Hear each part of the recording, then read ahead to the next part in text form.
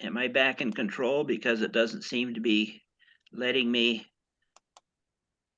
change to the next slide.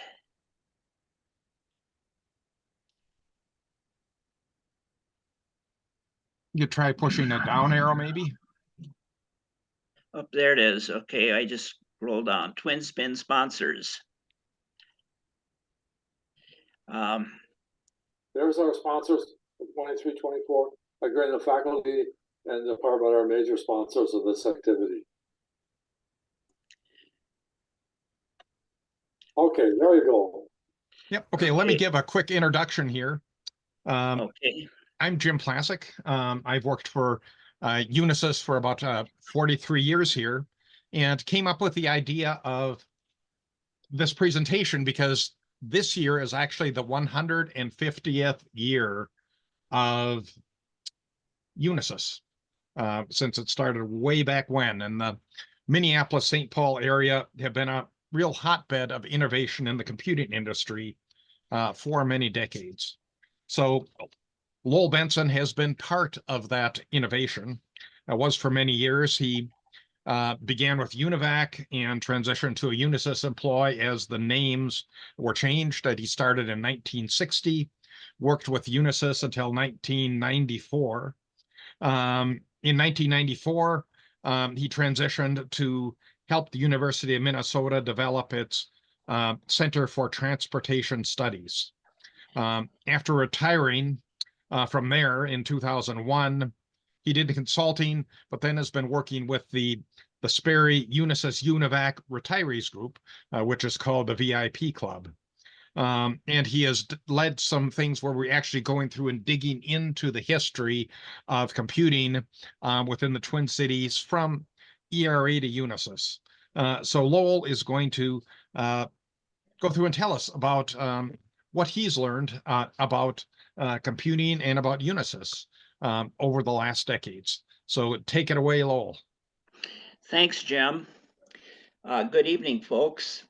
When Jim sent me an email asking for Unisys History Talk, I looked at the TwinSPIN website and I grabbed this diagram.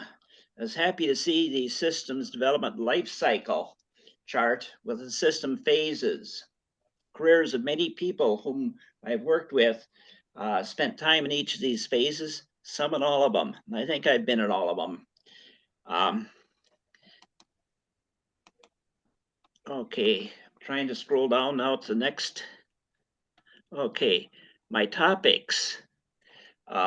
Where to start on this was somewhat of an enigma, going from ERA in 46 to today's Unisys.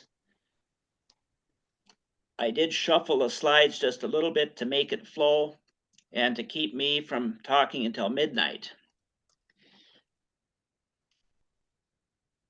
Most people, when asked about computers in Minnesota, think about Control Data Corporation, Cray Research, IBM in Rochester, some Honeywell. Well,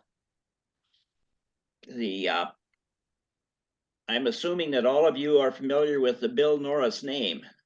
Some people do not realize that Control Data was his second Minnesota company.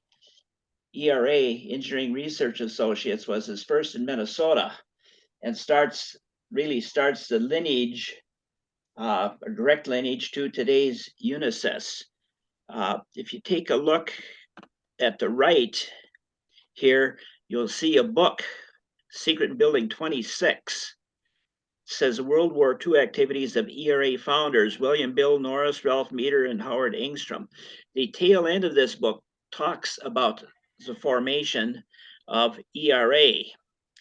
Now, if any of you have ever seen the movie, The Imitation Game, you'll get some idea as to the environment that those people lived in 80 years ago today. I'll talk a little bit about the merging, going back to 1873, do some systems evolution, I'll talk about the defense industry systems, and that's where I spent most of my career. Talk about a local museum, and we actually have an ERA recognition plaque, and I'll show why I think ERA was the first computer company. You know,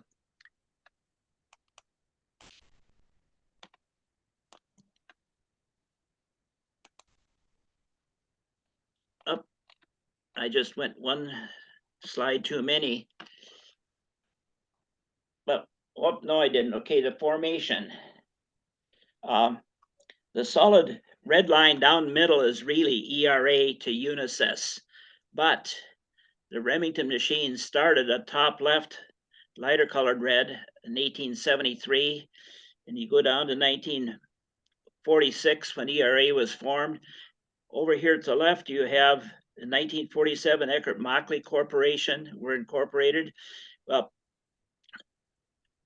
Remington Rand bought Eckert-Mockley in 1950, and in 1952 they bought ERA, and then along came Sperry coming in from the right side, and they called it the UNIVAC division of Sperry Rand Corporation, and for a while we had the ERA division. That was in 52. In 55 they made us all the UNIVAC division. 73 it was renamed Sperry UNIVAC. In 83 became Sperry. Then in 86 Burroughs, coming down from the right, bought Sperry to form Unisys. When a friend of mine retired, Paul Welschinger, and he said, I worked for the company for 32 years, and he kept all the pay stubs. He said, 9 different names on the paychecks, but it was the same company. It's amazing how, time goes on. Now let's take a look at what I call diverging, and give me a minute here. I've got to change I've got my text on another screen because it didn't all pop up on my laptop screen. But here's the legacy companies, and you see the outline of state of Minnesota and the world. From 1946 to today, these are the names. And you see quite a few of them there. In 1962, for business accounting reasons, Remington Rand UNIVAC separated into Defense Systems Division in St. Paul and information systems in Bluebell, Roseville, and so forth. In 86, when Burroughs bought Sperry to form Unisys, they kept that separation. Defense Systems Division then was renamed Paramax because they intended to do an initial public offering and spin it off. Well, they expected or were hoping to get $20 to $25 a share in doing that. And when Wall Street said the best they could do was $5, they dropped the idea of an IPO and went back to defense systems. Well, all this time, Unisys commercial operations continued in Roseville and still reporting to Unisys in Bluebell, Pennsylvania. And you see that down the left side of the Minnesota icon. In 1995, Defense Systems was sold to Lowell, who in turn sold to Lockheed Martin Corporation in 96. 2012, Lockheed Martin closed in Eagan. 2017, Unisys, that was in both Eagan and Roseville, downsized to just the Eagan plant. Now, late this year, why they will be moving into Woodbury.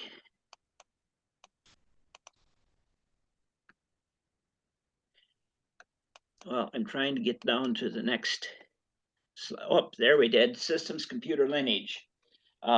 This chart on the right was put together, and I've got a slide merging.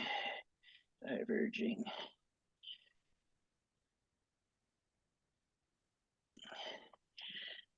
Top left, you will see a 1953 newsletter clip from the Orbit, and that was the ERA newsletter of the 1103, and just below it is an actual photograph of it. On the chart on the right, you see ERA 1101 at the top. Well, 1101 was actually classified until about 17 years after its first delivery. Then you see 1103. This technology changed from a 24-bit to a 36-bit machine.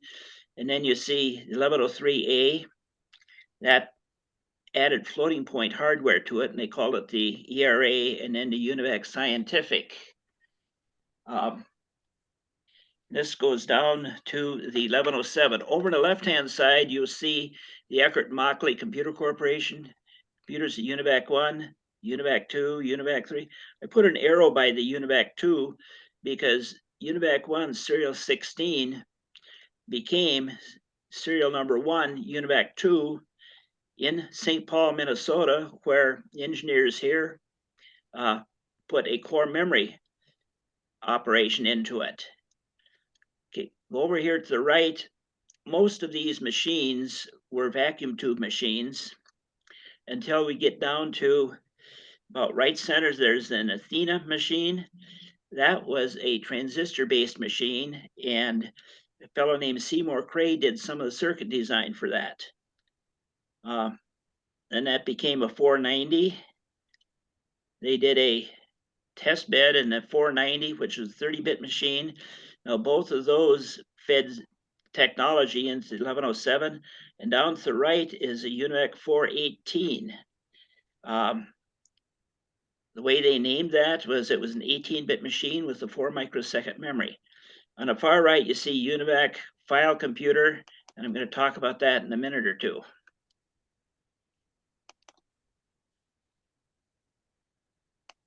And for some reason or other, my screen is freezing up. Up. Is there an easy way to go backwards on these screens? Okay. You just maybe push the up arrow instead of down. Yeah, I don't see an up arrow on my screen. It should be on your laptop, and there's like a, up or down sideways button. You could do that. Well, I'm sorry, but mine isn't doing that, but we will just skip. What you should be seeing right now is something called human computer interfacing. Many of the early machines used paper tape and rather simple items, but when they started doing the Navy systems, the Navy had radar screens with displays, and they needed a means of putting alphanumeric characters on the display. Well, a fellow named Lee Granberg, working in St. Paul, developed the capability to paint on the screen letters, characters.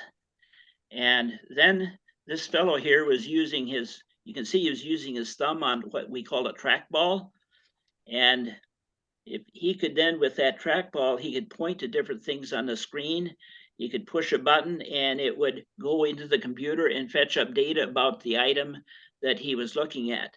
Well, from that, from radar screens, they went to tubes. If you look over in the middle, there's a suitcase computer with a cathode ray tube, and the characters on it are, using that patent from Lee Granberg.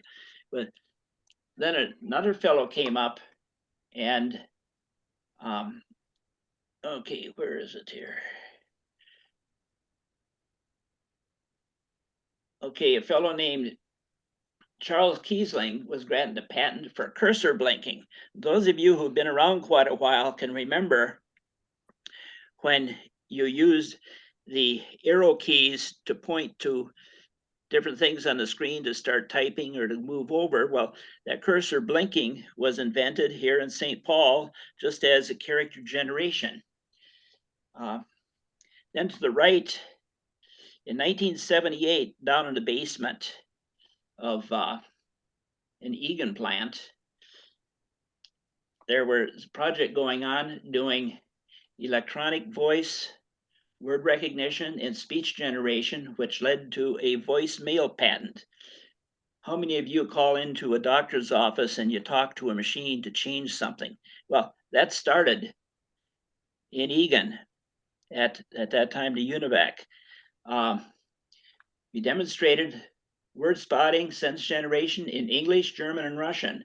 That technology, we created an early computer voice response system and the voice information processing system. The Otto Frisson company in Germany used VRUs for call-in mail ordering of products. They actually hired a professional German radio announcer to do the voice for the responses.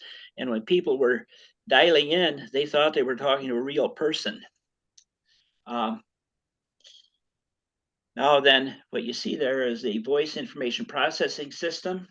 Eastern Airlines used those for crew scheduling. Both of those systems could handle 10 calls concurrently. I know that in the VIP system, engineer Ray Hedin used an 8-bit 8080 chip to handle each one of the lines. And now today we have cell phones. We talk to them, they talk back. Yes, the groundwork for this technology came out of UNIVAC before it was Sperry. It's amazing. Okay, now I've got to get this to go down. Let me see if an arrow works. Oh, there we go. Okay, use my keyboard arrow. Part of a computer lineage, and on the left here, you see right under the title, a link to a History 1100 series. Now, those of you who someday will be using this to read and on your own PC, there's a copy. Here's that history is written by Dick Petschauer, and it covers all the technologies that started with the 1101 and going up through just the start of the 2200 series of computers. Here you see over 5,000 delivered, in a finite period of time. In the right, you see it starting with 1107. And in the family, you see an arrow pointing at the Nike X. This is the command launch computer. That was designed in St. Paul. And they had a prototype operating, and then along came the strategic arms limitation talks, so it never went into production. But one technology from there was they had memory units with multiple ports, so you could have two processors accessing memory while they're taking turns or what have you, instead of running input-output cables between them. So that led to the multi-processor technology sharing memories right within the operating system. And that technology went into the UNIVAC 1108 and the defense UIK-7. Now, if you want to know a little bit about the Nike X, the University of Minnesota campus, there's something called a Scholars Walk that goes past the engineering building. And a granite slab on the side of the engineering building, you will see Nike X block diagram engraved. And that was provided to them when they were putting that in from the Babbage Institute, taking data out of some donations from a guy named Raleigh Arndt. I had the privilege of working with Raleigh at one time. Okay. Nike X system. The mid 90s, down toward the end of this and into 2200 series, there's a transition from custom designed computers to today's embedded microprocessor systems, both commercial and defense. Today, the Unisys servers have Intel and Dell hardware managing their cloud systems. Many of the old custom designs have faded away. One thing that has not faded away, in 1968, up in the Roseville plant, they wanted to try to keep track of parts control, what have you. So they asked for a small software program. Well, they decided to give it more capability than just counting parts. So they called the system that came about, and this was the software system, maintaining, preparing, producing executive reports. And I've got a highlight there to link to a mapper history presentation 45 years, that Lou Schluter, and he was one of the developers of that. At the time, they chose a 418 computer system because of its communications capabilities. And now Lou's presentation is about 50 slides long, so I picked out some highlights from that. In 1968, once there was an adequate hardware input device in form of Uniscope 300 CRT display, became possible to do transactional real-time information processing. Again, that was using what was developed in the Defense Systems Group. St. Paul, they use it for many, many, many things: production control, final test, purchasing, cost accounting, drafting, and they expanded then from St. Paul to various factory operations: Eagan, Jackson, Minnesota, Montreal, Canada, Utica, New York, Salt Lake City, Utah, Bristol, Tennessee, Chicago, Illinois, Philadelphia, Cupertino, and the Bluebell headquarters. So something developed here in Minnesota pretty quickly went organization-wide. Now, there was a company that came in and saw this in operation and asked if they could get one or something similar.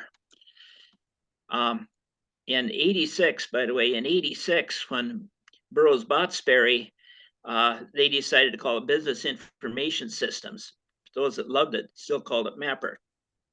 Well, they first user, they ported it first 1100 system series. And on the right, Santa Fe Railroad was the first Mapper 1100 customer.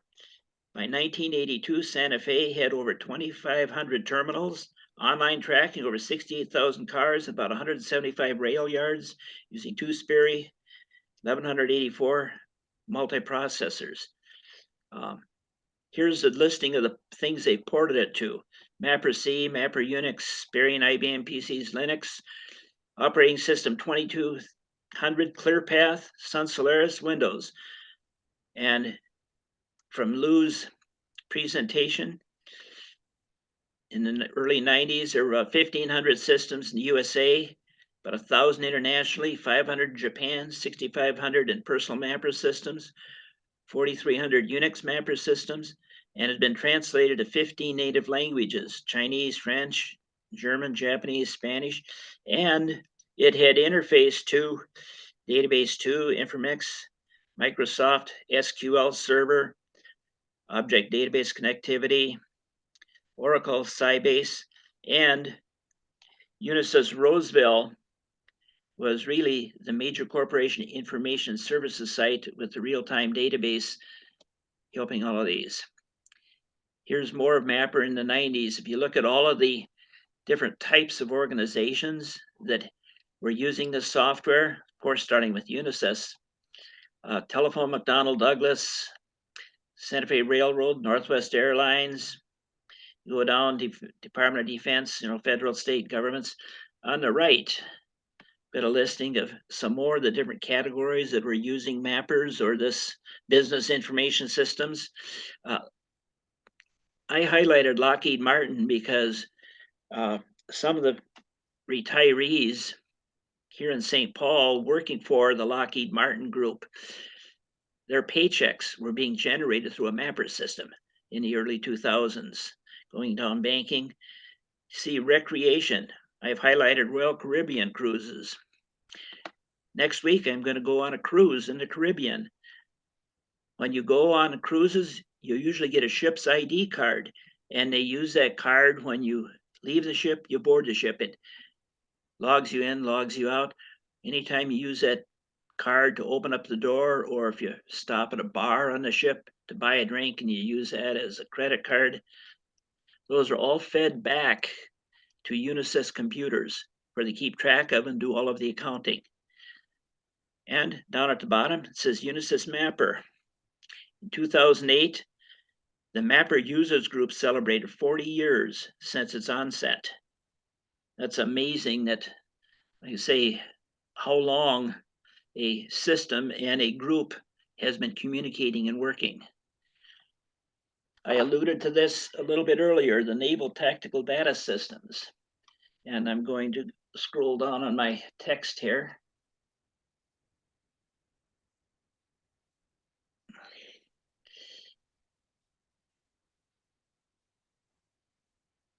That's strange.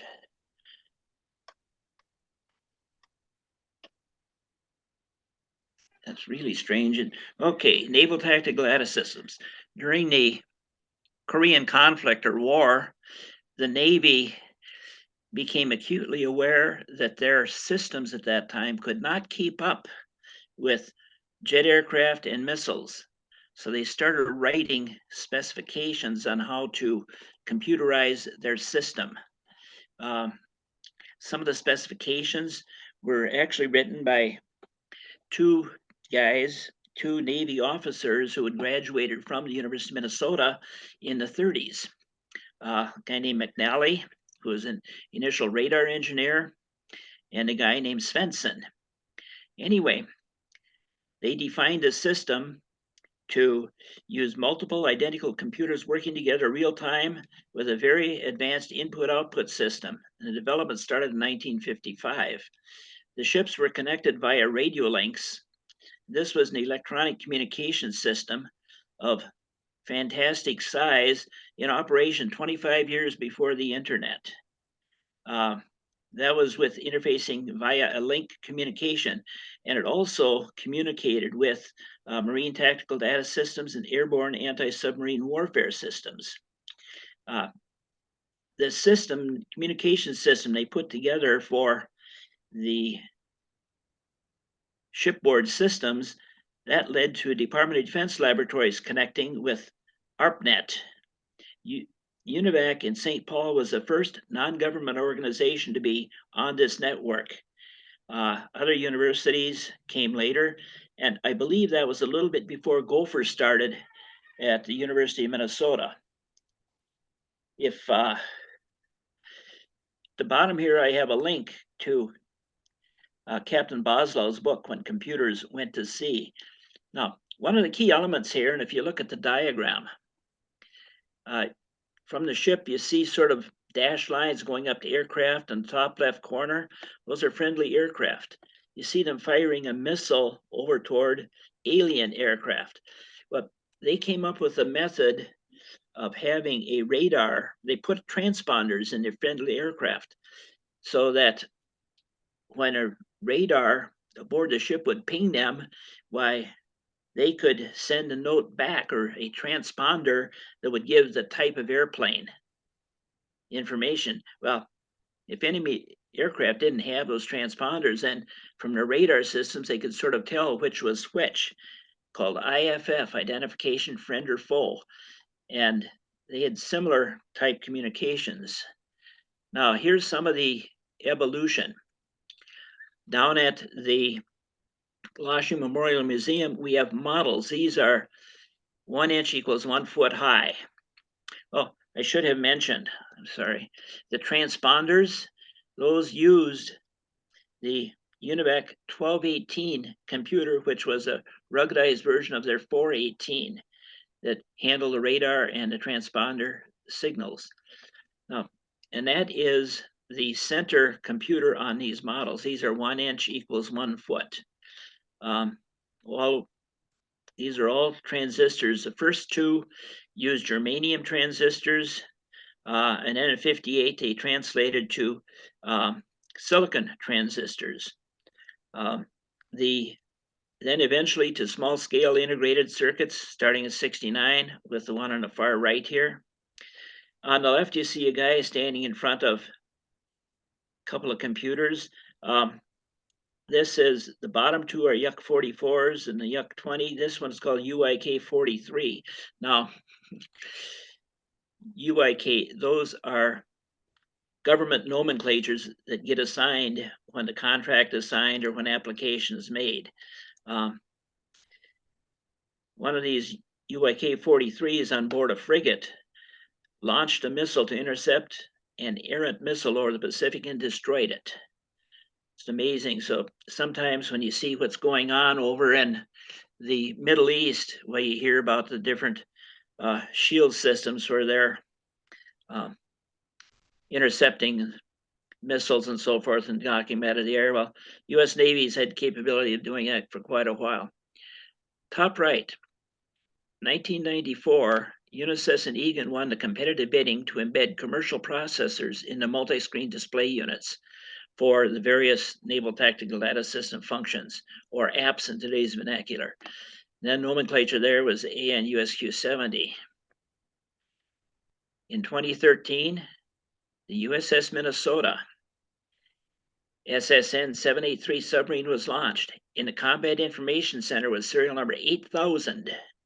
So from 94 to, well, the prototyping, I think, was 95, 96, but over 800,000 of those delivered and, installed.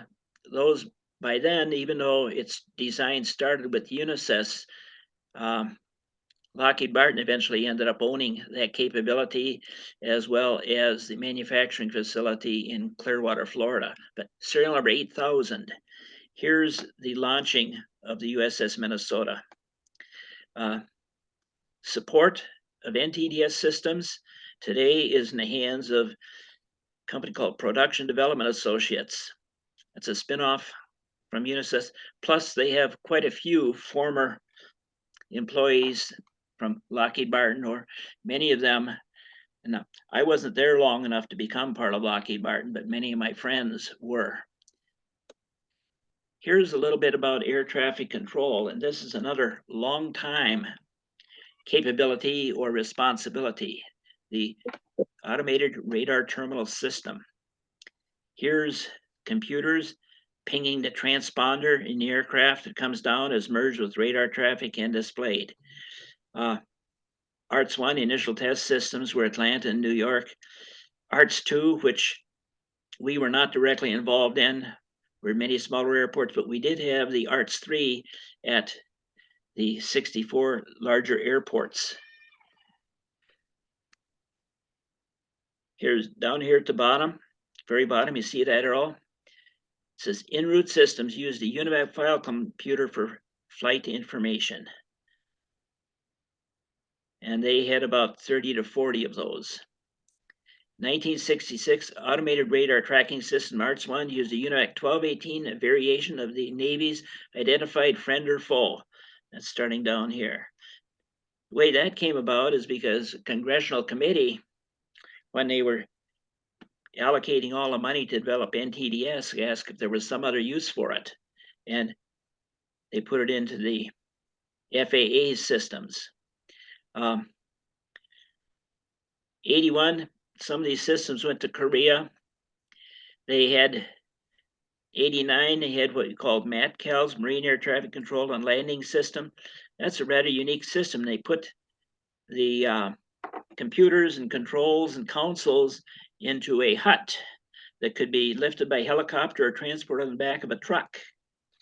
And the radars were separate, but those in the 90s saw a great deal of use over in Somalia when there was some insurrections going on over there and the Marines came in. 88, they started commercial ARTS and they started using integrated hardware versus the IOPs. Now, if you look at the cross here, 40 years of operational use from 1971, the last of the input-output processors was retired in 2011, 40 years of operational use of a computer. The primary logic designer of that computer was John Bonas, Bachelor of Electrical Engineering, University of Minnesota, 1965. He's a friend of mine. Here's all of the air traffic control sites throughout the US. It's just really amazing how many places there are.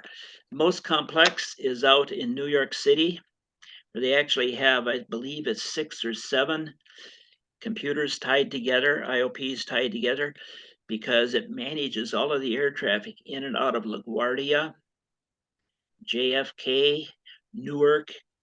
White Plains is a small airport up on the edge of Connecticut, and one other, I forget the name.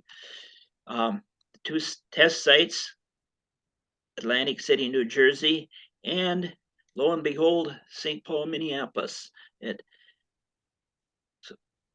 Anyway, it's America. If you have taken any flight since 1950, part of your flight has been under control of a computer or computer system developed here in Minnesota.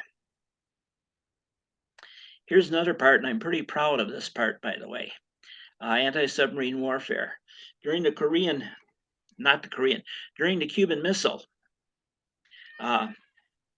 problems, the Navy determined that they could not detect and track some of the nuclear submarines that the Soviets had as they were trying to move things into Cuba. So they started writing specifications, and they put together a test system using a P-2 airplane and a leftover UNIVAC aerospace computer. And then they developed something called a CP-823, a 30-bit flying machine using the same instruction set as used aboard the Navy's shipboard computers.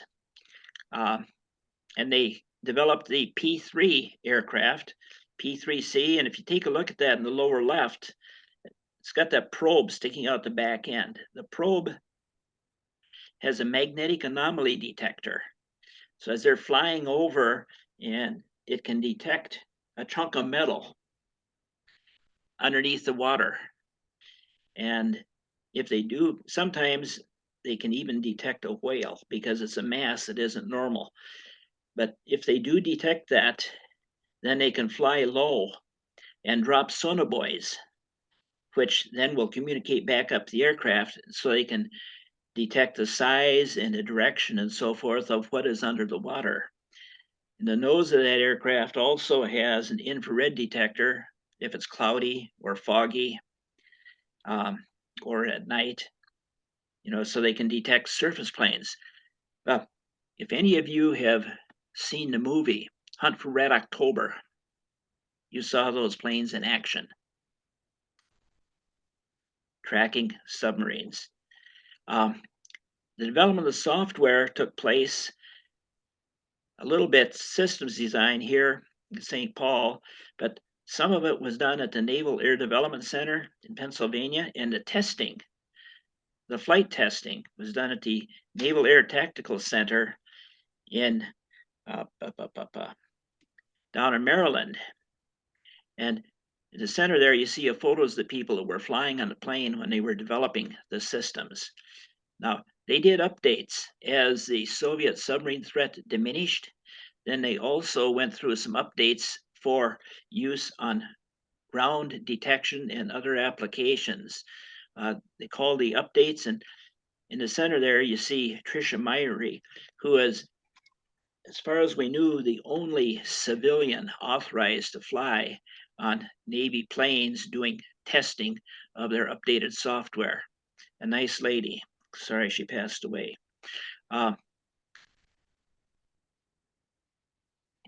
Top right, in 2012, now the computer on board that was delivered first, by the way, in 1967. In 2012, there are yet 40 of these CP901 computers flying in the Japanese ocean surveillance P-3C aircraft. That was according to Bob Pajak, who was program manager at that time. But that was the first of the 499 CPU901s was delivered in 67. That's a 45-year service life for a computer design. Even our cell phones that you renew every year, or your laptop that you buy a new one every 3 years, don't have that kind of service life.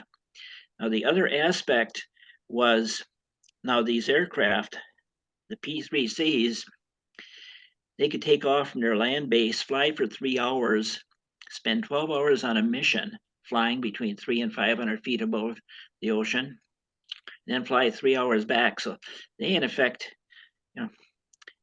two 12-hour missions by two planes would cover the entire 24 hours. And they had those P-3s flying out of Hawaii and out of Alaska and a few other places. Norwegians had a few of those. airplanes, and the Dutch, the down in the Australians, and of course I mentioned the Japanese had them and using them for different purpose, but still going.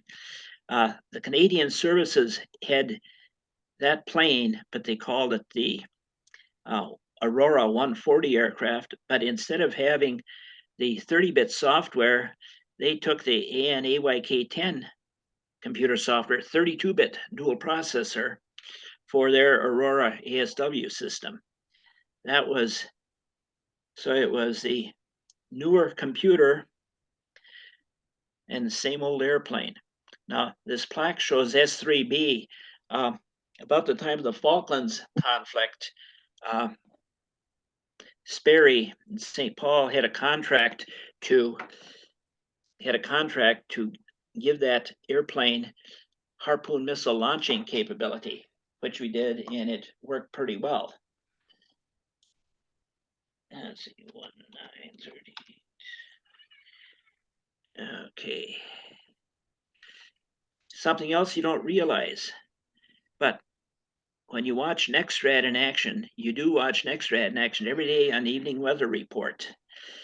The Weather Service needed better weather reporting, and they called it the Next Generation Weather System Radar-88D.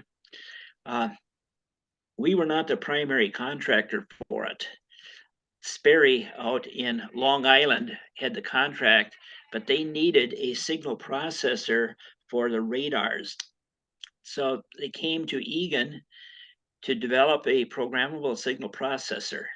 That was our part of it. Right now, there's about 100 US systems, one in Eden Prairie, Minnesota. So when you watch the radar screens and they're showing how the snow currents are moving this way and that way, technology for that came out of Minnesota. By the way, the microcode for that was developed by and supported by Les Nelson, who has BEE 69 from University of Minnesota.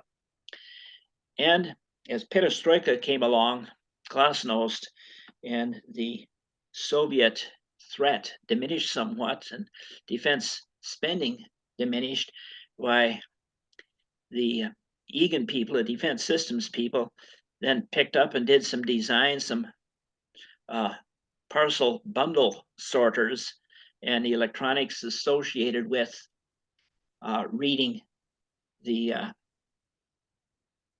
don't know if you'd call it the UPC code on the side of them. So that was another thing that came out. Well, when Burroughs bought Sperry, when Lockheed Martin took over the systems in the Twin Cities, they transferred that out to a facility out in Paoli, Pennsylvania.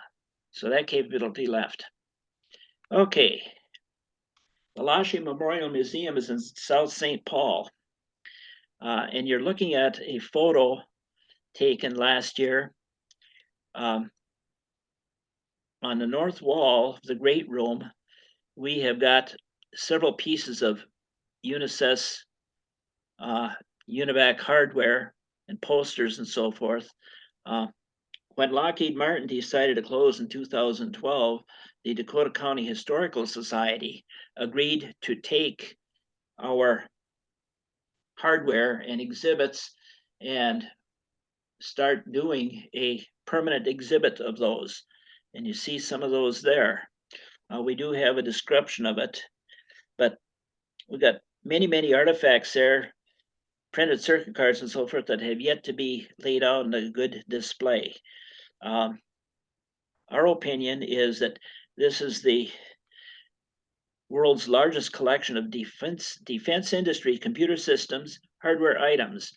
Now, we know that there are museums away from Minnesota that have UNIVAC or Unisys hardware, and I've got them listed down here, and I've got their websites linked on our website.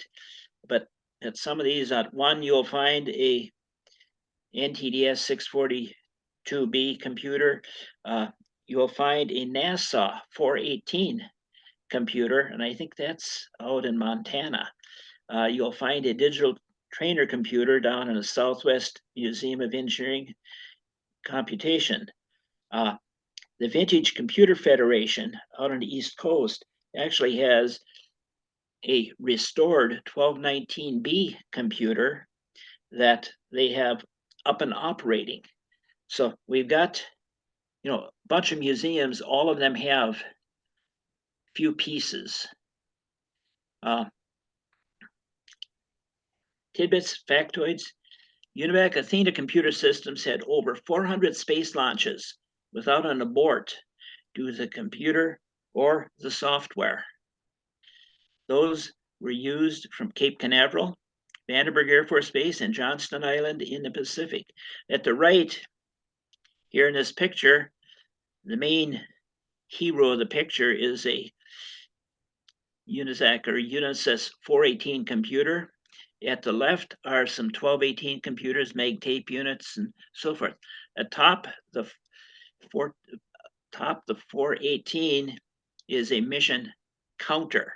I think it says about 12 hours and some minutes into a launch. Now, in addition to that, the 418 and 1218s handled a lot of the telemetry signals, and there were a couple of 1218s out at Jet Propulsion Laboratory in California handling the telemetry coming in.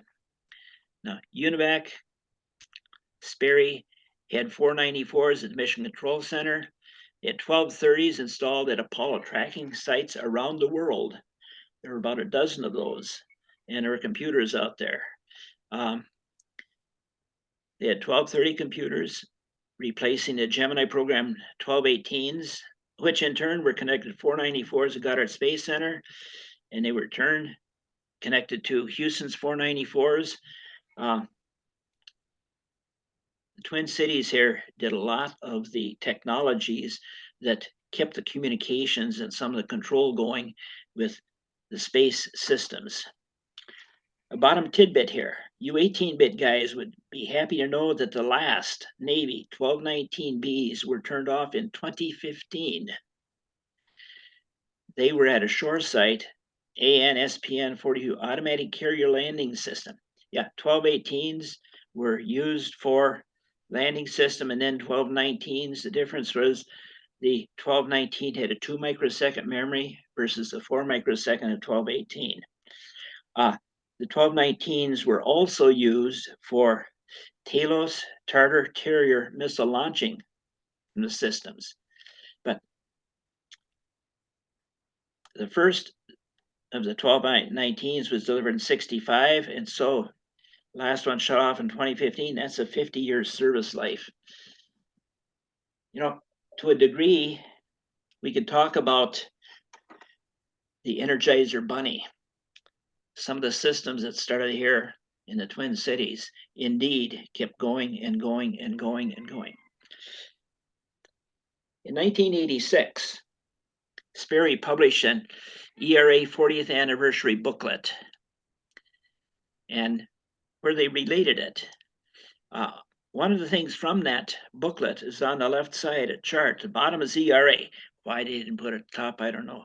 But ERA became Remington Rand, Sperry, and then UNIVAC. And then along the left column, you have spin-offs. That's small companies where people left and started their own thing. To the right, you see control data. And from control data, we had a multitude of small companies that started. What I'm up here about 1972 was Cray Research. In 1987, Dave Lundstrom published A Few Good Men from UNIVAC. Dave was a UNIVAC engineer and then a Control Data Corporation engineer, and he was a VIP club member, bless his soul. 2014, Don Hall published Generation of Wealth, The Rise of Control Data. Don is a retired stockbroker and a former Control Data employee. Last year, June 15th, see the illustration at the right, Chad Roberts, president of the Ramsey County Historical Society, and Don Hall unveil a commemorative plaque And I've got to find that here on my chart. Templates, factoids. Okay. Commemorative plaque at the original ERA St. Paul, Minnehaha Avenue site recognize the importance of ERA and over 100 spin-off companies to the local economy and the world. You see a talk down there. 2 lines from that plaque.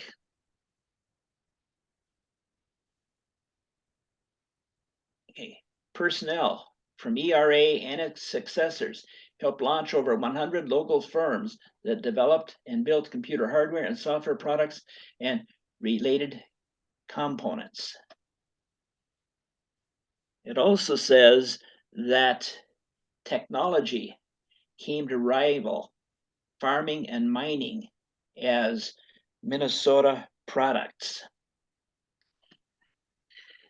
Now, this ceremony, top left, we see today's Unisys leaders from Egan, Vice President Chuck Lefebvre, and I think he's somewhat like Brett, no matter how you spell it, it's hard to pronounce, and Director Ron Voigt. Bottom left, you see me welcoming Captain Donald Leichtweiss, U.S. Navy retired. He led the Navy's personnel and contract projects in the 70s at that plant too, the Sperry Leased facility in Minnehaha. His wife sent this photo back to me. After Chad read the plaque, the speakers top right were me for representing Unisys. We had a fellow named Dean Lawrence who had worked at both ERA and Control Data, James McGuire from Control Data, John Rollwagen from Cray, and Manny Villafana, medical industry. The medical industry picked up on a lot of the technologies that came out of the computer industry. Down here at the bottom left is her bottom center, Bonnie Hill, daughter of Jack Hill, who was on the 1950 Atlas installation team. We had about 150 or so people that withstood the heat of that day. It was really hot.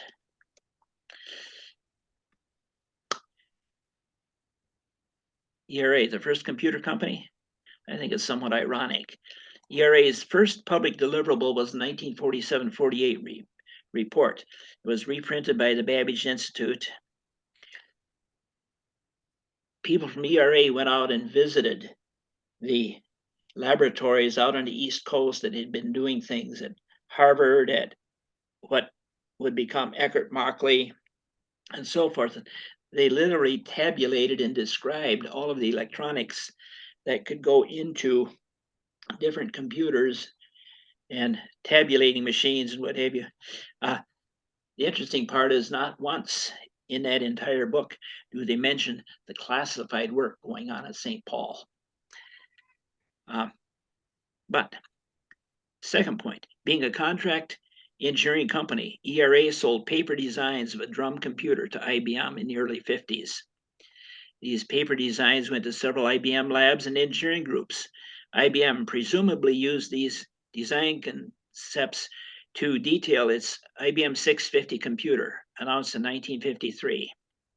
They went on to capture the low-end computer market. Some 2,000 IBM 650 computers were sold, catapulting IBM into a near monopoly position in the low end of the fledgling industry.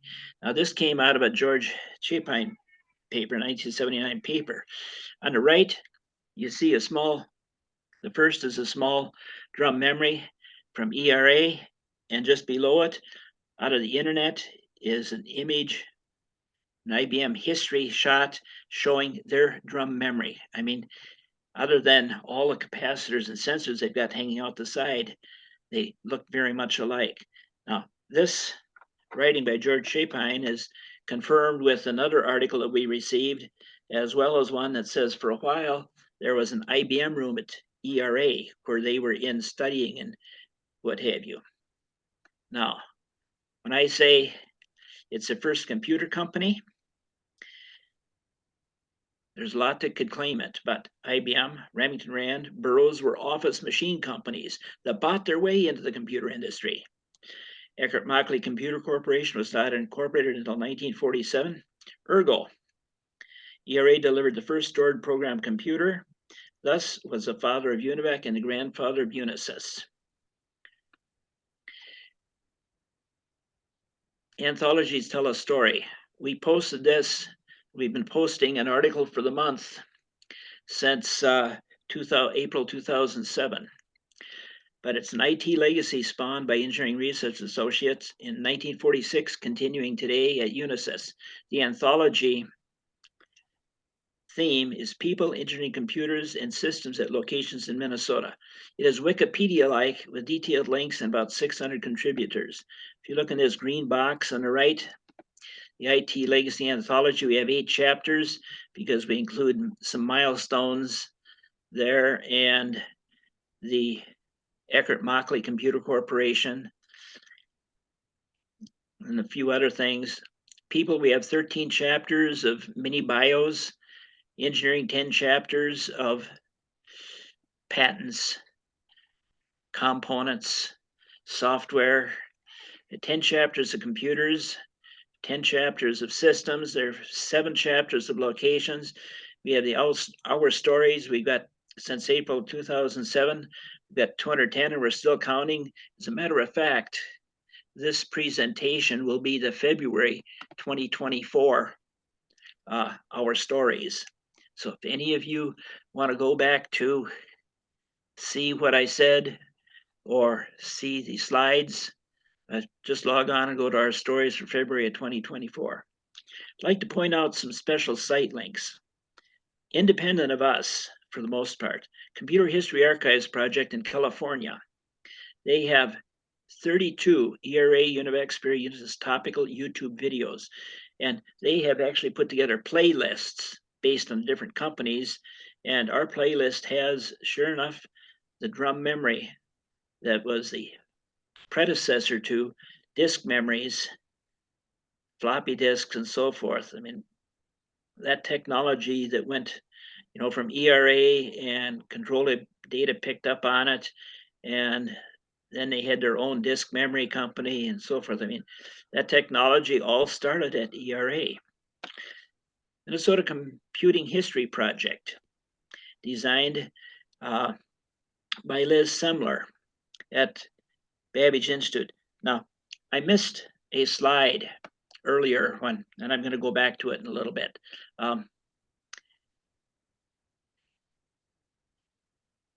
ERA to Unisys, over 100 billion in economic contributions to Minnesota.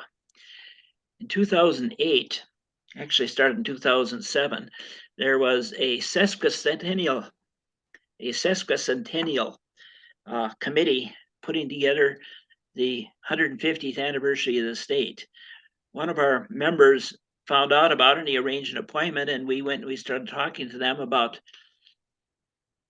Unisys and UNIVAC and SPERI, and 3 times the lady in charge of that told us about how control data did these marvelous things. And we said, they were second.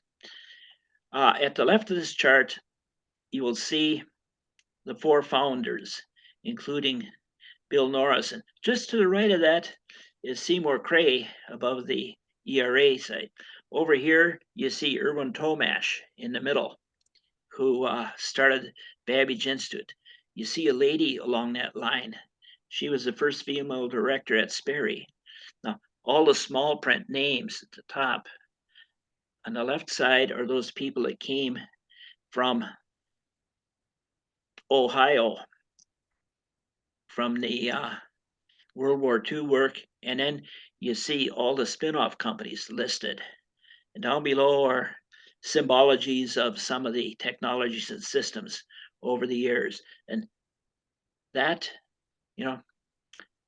is, thanks to TwinSPIN for this opportunity to tell some of our history. Now, I'm going to go back up to another slide that I missed, and then we will give people a chance to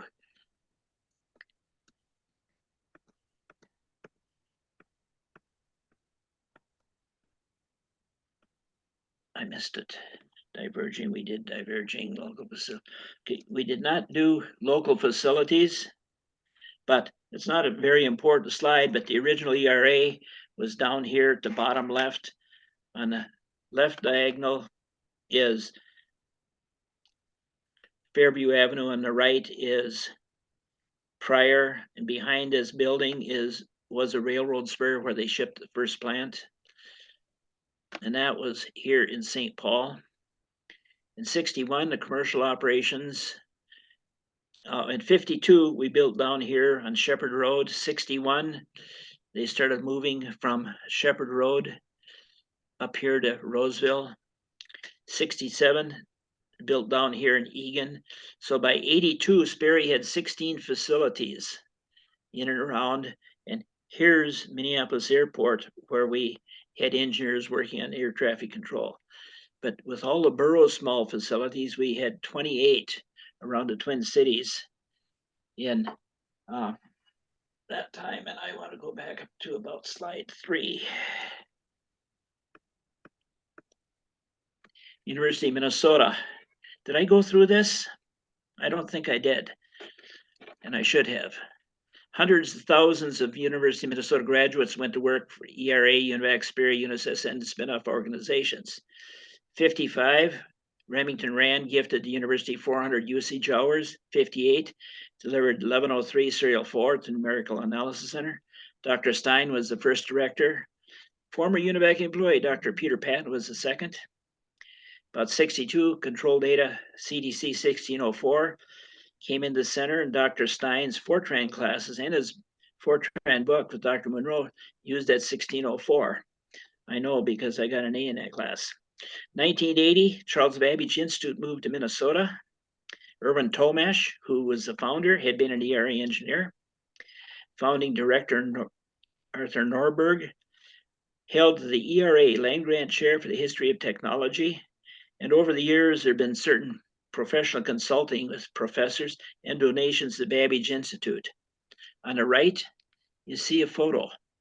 When Mr. Norris left UNIVAC with others to found Control Data Corporation, plant maintenance cleaned out his office, giving his drum collage to Don Weidenbach, young engineer shown kneeling in the picture of the drum. That was donated to Babbage Institute in 2011. And this is Dr. Tom Misa. Now, this is what, I'm pretty sure I missed this when I was trying to figure out how to run this computer. January 20, 2006, the club met with Dr. Norberg at the university. His advice was to gather 200 career summaries, and we would have the ERA Unisys story. And we started our legacy anthology website at that time. 2006, Dr. Misa became the second director of the Charles Babbage Institute and an advisor at the club's legacy committee. 2008, Dr. Misa conducted a lecture series, Minnesota's Hidden History of Computing, some of the legacy gathering data that we had gathered, and he covered not only ERA Unisys, but he did talk about control data. He did talk about the computer centers at the university. He did talk about IBM in Rochester.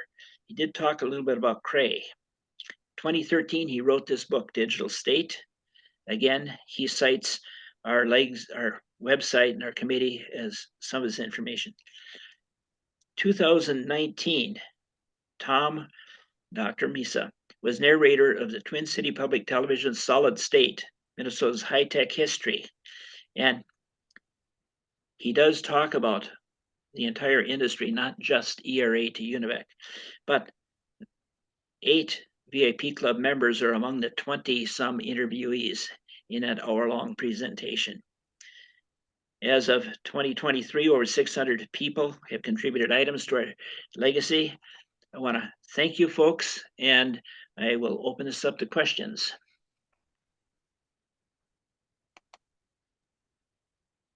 But feel free to start your video as well. Which video? And any of the participants can go through and start video as well. Should be way up the left-hand corner at the bottom. There's something that says start video that you could just click on if you have a camera that's set up on the computer. And I guess questions to start with, there was one within the chat. Let's see where to go. Oh, it's Q&A. Okay, someone Kimberly Johnson had asked, do you take printed artifacts? We will take printed artifacts at the Lashy Memorial Museum.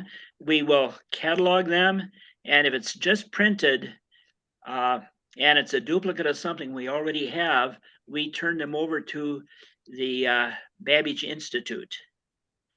The Charles Babbage Institute has a lot of paper data. I think I mentioned they received 4 boxes from Raleigh Arndt or from his legacy when he passed away, that he donated those. But yes, if you have any old Sperry or UNIVAC or ERA or Unisys documents that you're tired of storing in the attic or basement, if you would deliver them to the Lashy Memorial Museum in South St. Paul, we have a volunteer team there every Tuesday morning from about noon to about 9 to noon Tuesday mornings. They aren't open to the public at that time, but we actually have a room that we're doing cataloging of 2-dimensional or 2 or 3-dimensional artifacts.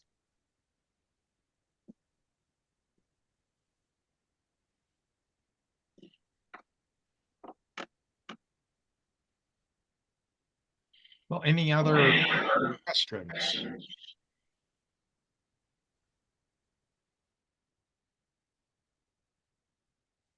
Yeah, go ahead and ask them live.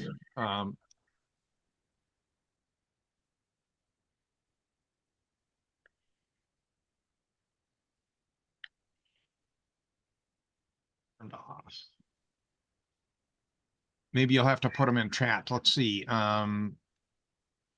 It looks like 2 messages in chat. Yeah. Yeah, somehow, as I'm just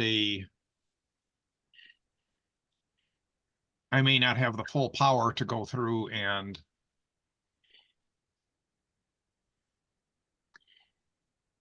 let's see, Okay, I guess unmute everybody. Let's see.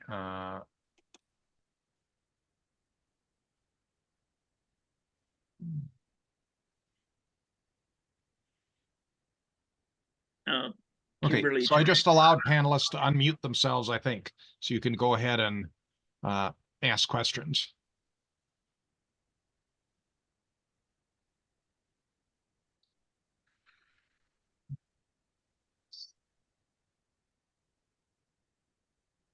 So anybody want to give it a try and see if we can hear you? I know you can hear me.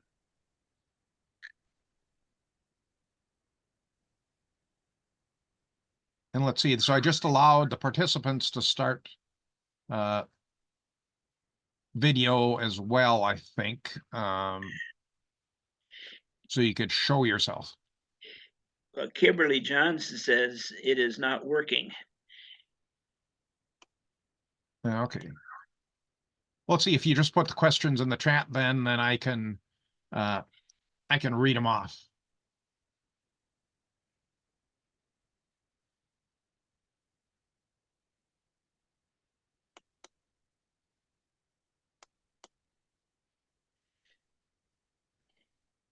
They say chat is disabled. Why is chat disabled?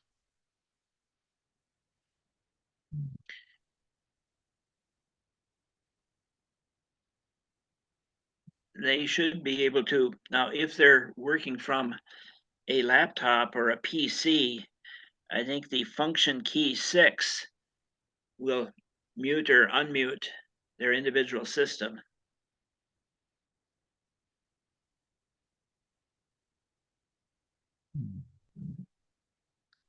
Let's see, do you have any numbers sold of the 1190 and 2200 series 1100 mainframes?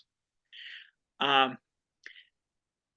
have that one chart there, but I do not have any information on quantity of 2200 systems.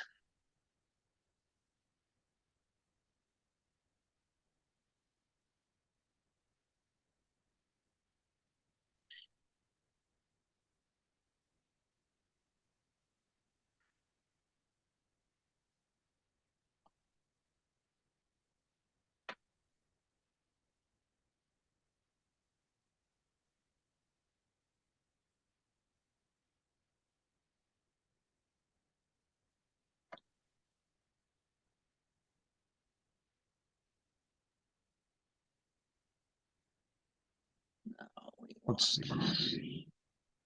Yeah, we're not able to hear questions. If you could type it in, Michael, then I can say it again.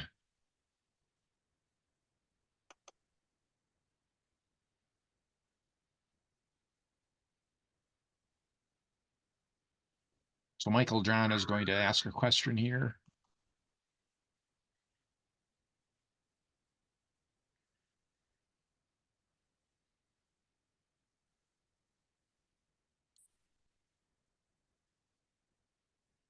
Is he asking that on?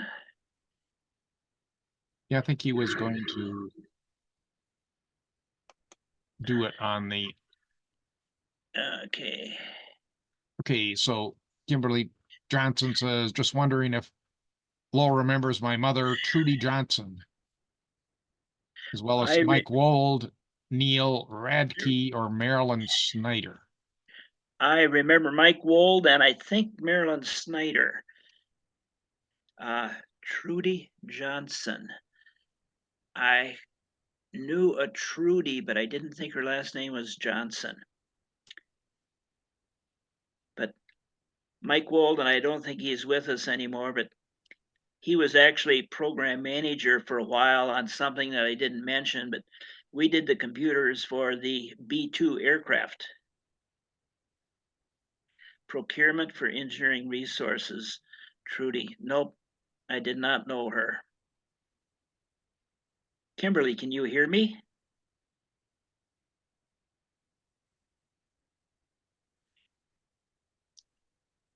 Okay, if I click on answer live, can I type that? I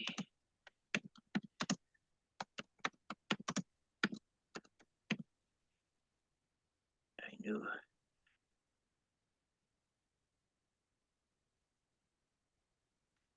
Okay. Yes, I can. She can hear me. I'll have to check our database and see if I've got his address in our retirees database.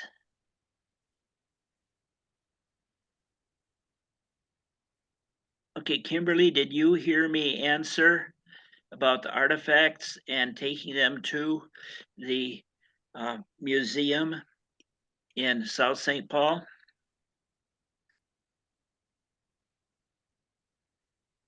It's the Lashi Memorial Museum.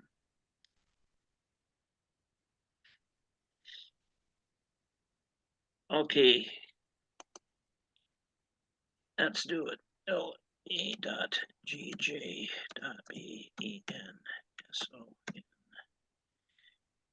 at COMCAST. Yeah, Kimberly, you need to unmute. T.net.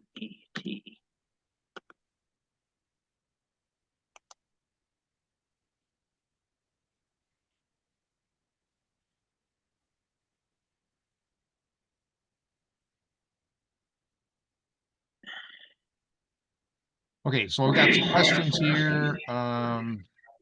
Kimberly Johnson says that she was a procurement engineering resources. Mike is still alive and lives in Arizona. Okay, I put my email address up there as an answer. Okay, building in southwest corner 169 and Highway 62, engineering research. That was not a UNICEF facility, and that was not related to ERA. Let's see. Michael John says in the early 2000s, there was building at the south. Oh, that's what you're answering here, right? Right. Okay. Michael, can you hear me? I can't hear him. Oh, yes, he can hear me. He says yes. Yeah. Hey, I just unmuted. Can you hear me now? Yes. Yep. Oh, yeah. I don't know what was going on. Whatever. Yeah, so I'm Kimberly Johnson. My mother was a long time UNIVAC, Sperry UNIVAC, Unisys, Lockheed Martin employee. She passed on January 1st of 2023. But And I went on business trips with her, so down in Clearwater and out in Virginia and everything. But I met Mike Wold through because he was doing some program management work. I was a 3M employee, and he came in to do some program management training and consulting. And then I found out when I met him that he knew my mother. It was It's a just small amazing. world. I It know is. he knew my mother, and then my mother's best friend is Marilyn Snyder. She was head of HR from Unisys to Lockheed, that whole transition. And I know Jesse does organizing planning for you, and Jesse and Mike had a business together. Now they don't no longer do, but I know Jesse too. I know Jesse very well. And then Neil Radke I met, um, and I was talking to him. We were at a meeting. I'm trying to remember what organization it was from, but it was at Lockheed Martin over in Egan. And I started talking to Neil, and I said to him, I go, "Do you know Mike Wold?" And he goes, "Yeah." He goes, like, he's my favorite boss of all my life.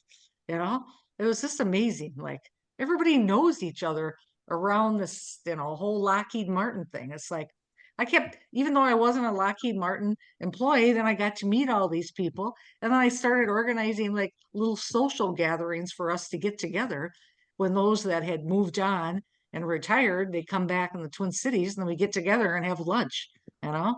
So, but it's a wonderful history. That's all I can tell you. You're very fortunate. Well, I see a lot of familiar names popping up on like Chuck Burgett. I see that popping up here on my screen, and the Ron Voigt is there. He's still working out in the Unisys plant, I think. Yeah, we, in trying to put together a talk, I tried to pick out the things that had a lot of longevity, which is like a lot of the people had many, many years there. We had many father-son combinations, father-daughter combinations of people that had worked there at various times. And we had brothers combinations, but there was a lot of teamwork that went on. We didn't have any single person that was totally responsible for any given delivery. So it was always a great environment to work in. And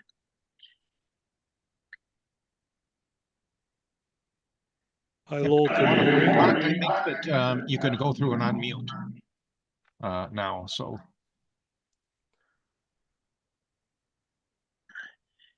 Alexia tried. Makovsky.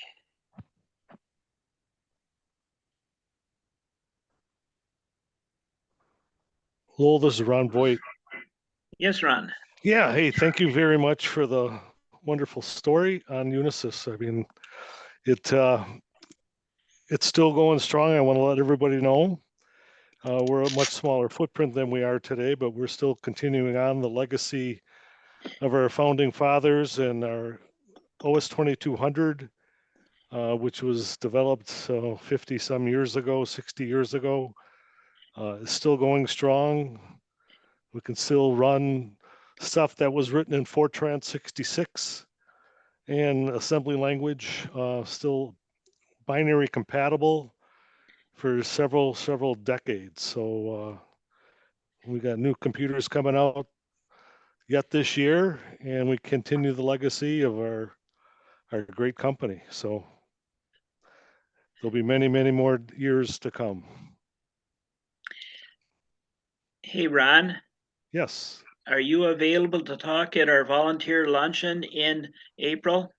I could do it. I was seeing if Chuck is going to be available as well.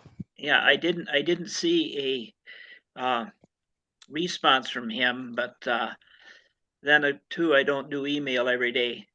Sure. But I will send you some data as soon as we have any more specifics. But it's a free lunch.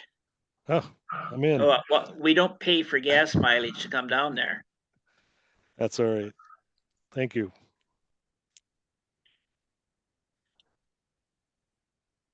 Let's see, so any other questions here?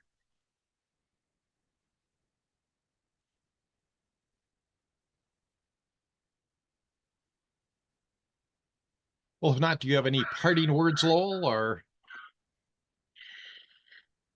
Well, take a look at the website vipclubmn.org, and you will see one tab that says membership. You don't have to be retired to join the Retirees Club. And if you have a personal story, well, not a personal, but a business-like story that doesn't reveal any ongoing private data, we would welcome your microbio or mini bio. You will find mine on there if you look at the people A-B, and mine is a little bit egotistical, but you can oversee some of that or overlook it. But you know, we're always looking for informational tidbits in the various areas that we have missed. And I mean, we haven't really published anything yet. The British Army has something called a Desert Hawk. The electronics for that were developed out in Egan. And some of that electronics, you know, is a spin-off now to another company.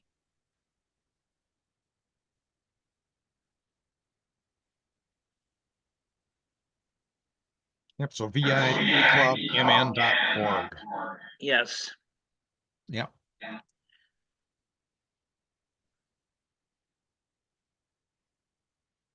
Okay, well, thank you very much. Lowell, this has been a wonderful presentation and they're about how, tremendous things that this ERA to Unisys company has actually done within the Twin Cities and things that are still going on in the world. So, yeah, and thanks very much. And have a great night, all of you. Thank you. Good night, folks.